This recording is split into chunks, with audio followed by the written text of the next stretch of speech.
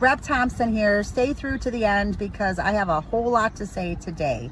This is part 2 of some videos that I have been making, letting you know what has been on my heart and some things that need to be discussed and talked about that have not been talked about and that are making me a bit angry right now, and I think they're making the rest of the state of Michigan angry right now. So the latest incident of a mass shooting in Rochester where a mentally unstable man went to a water park and unleashed on families and children. Let's talk about that. How could that have been prevented? I personally have lost a child in a motorcycle accident. I have lost a child. I know what that pain feels like, and my heart goes out to those families. Right now, no one has passed away. There are no casualties, but that trauma is going to stay with them for a very long time, and I am very angry about that. So when you say that Second Amendment supporters and Republicans don't have any empathy or compassion, you are dead wrong. Let's talk about how this could have been prevented. No one that is healthy is going to wake up one day and say that they are going to shoot a bunch of innocent women and children and families at a water park. So when the news covered this story and they made the audience, us, the viewer, see all of the guns that this guy owned, because they made sure to take account of that, and the reporters were asking how many guns were there, what kind of guns were there, what was the caliber that was used, all this stuff about the guns. Do you know what I thought? What I wanted to know? What's in this man's medicine cabinet? What medication is this man taking? Has this man ever been on medication?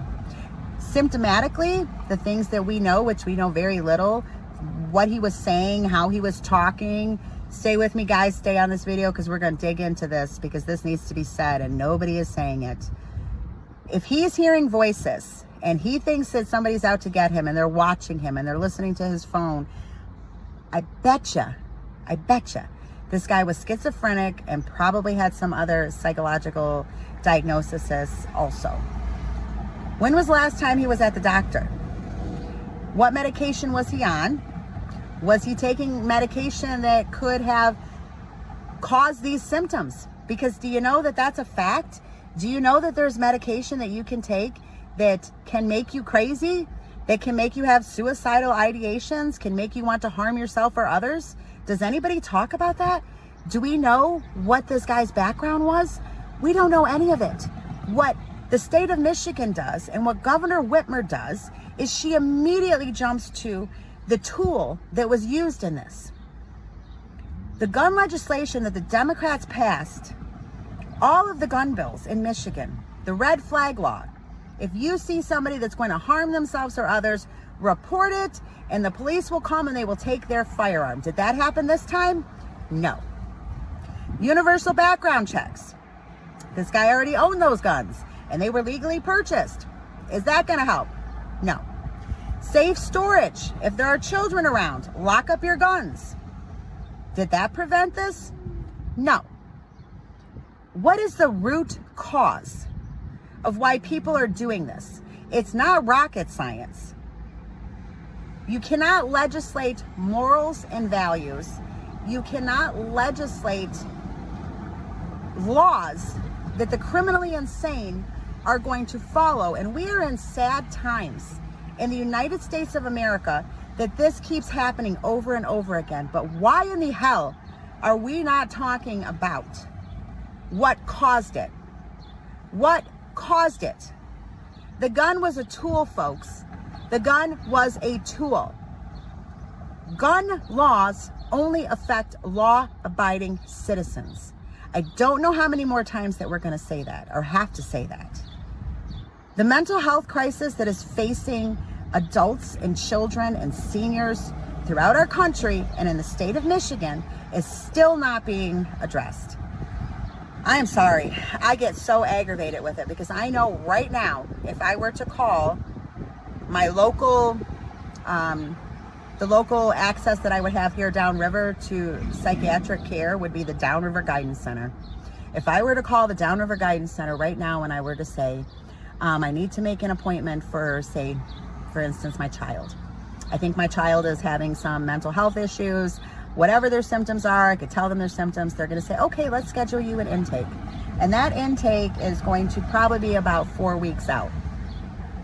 Then you go to the intake and you tell them about your symptoms and what's going on. And then they say, okay, now let's make you an appointment. Then your appointment could be 2 or 3 weeks out. Then you get to see the psychologist and talk to the psychologist. And then the psychologist goes, you know what?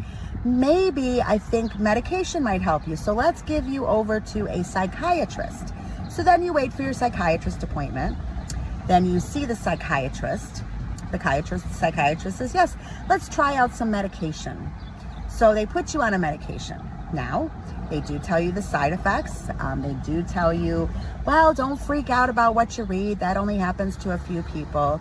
Continue to take it unless you notice X, Y, and Z, and then call me. So when that person tries to call the psychologist, do you know they don't have access to the psychiatrist? The psychologist says, well, I can't give you the direct number to the psychiatrist because you have to go through the psychologist. And then you say, well, wait, my loved one is not doing well on this medication and I'm concerned about them. Okay, well, let's get you into an appointment with the psychiatrist. Oh, guess what? We're like 3 or 4 weeks out. So before we jump to getting rid of the tools that were used in these tragedies, why don't we actually fix the problems and the mental health crisis that is causing these incidents?